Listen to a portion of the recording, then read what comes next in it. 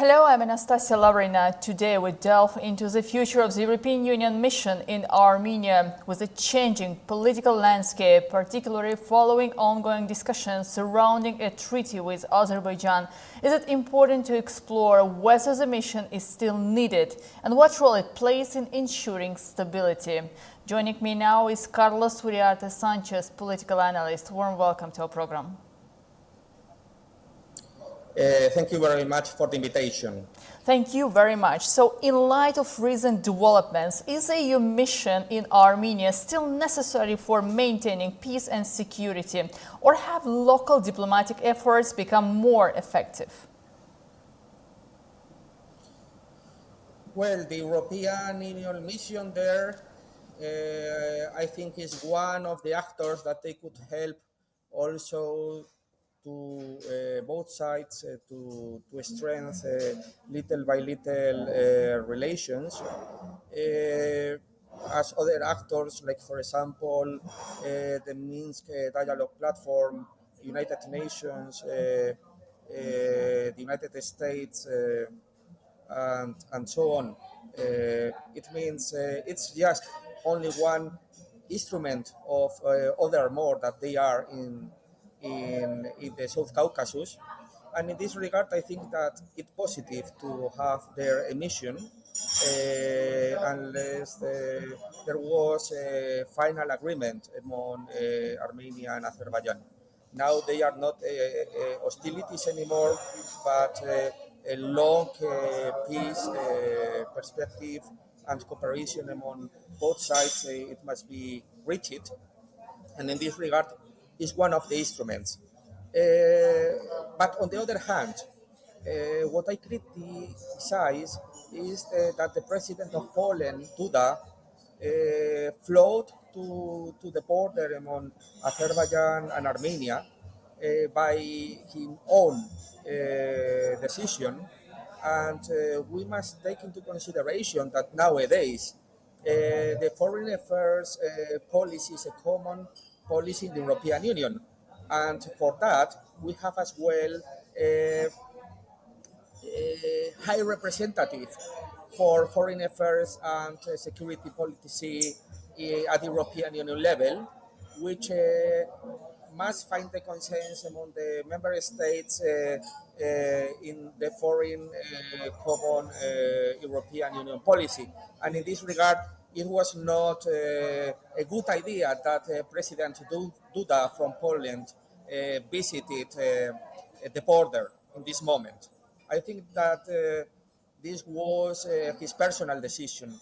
And additionally, if we take into consideration that the director and the deputy director of the mission, they are also from Poland, I think that it's especially delicate that the Polish president took part there.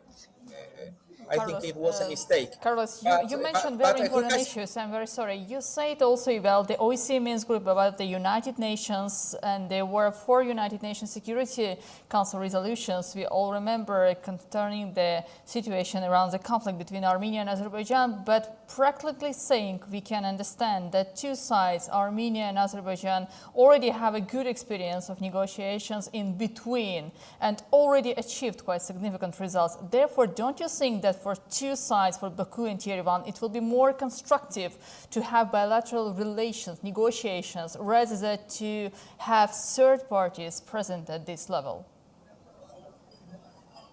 I mean, the final agreement, of course, was achieved among Armenia and Azerbaijan. This is not, third actors from outside of the region is not going to be good. The final decision must be taken by Armenia and by Azerbaijan. This is for sure. And no interference from our side is needed. However, sometimes mediations are positive. And in this regard, the European Union and USA, they are trying to play a mediation. Before was Russia, but we saw how Russia was not effective in this regard as a mediator. Turkey could be also a mediator, but I think that in this moment the European Union can play a role. Anyhow, the last word is in the hands of both sides, and of course, bilateral negotiations among Armenia and Azerbaijan are most than desirable. I mean, and I think that they are going in a good way because there is not any more war.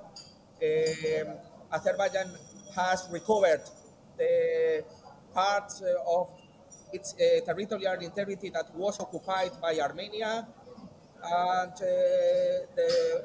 now the situation is how to think in the future uh, where both countries they can be together because you are in the same region in the South Caucasus and you are going to be neighbors as you are in this moment also neighbors since centuries and centuries.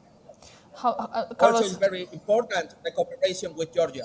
Carlos, how Yes. neutral can be the position of the EU mission, taking into account that the participants and members of this mission represent the countries which position not always seem objective for Armenia or for Azerbaijan? Yes, this is one of the problems of these missions. If you put people inside in these missions that they are not really objective or that they are more close to one country, we must avoid this because if you have, for instance, only just French experts there, many French experts they are under the pressure and under the Armenian lobby. If they are from the United States, you know that there is a big diaspora of Armenia also in California. Then they will receive pressure.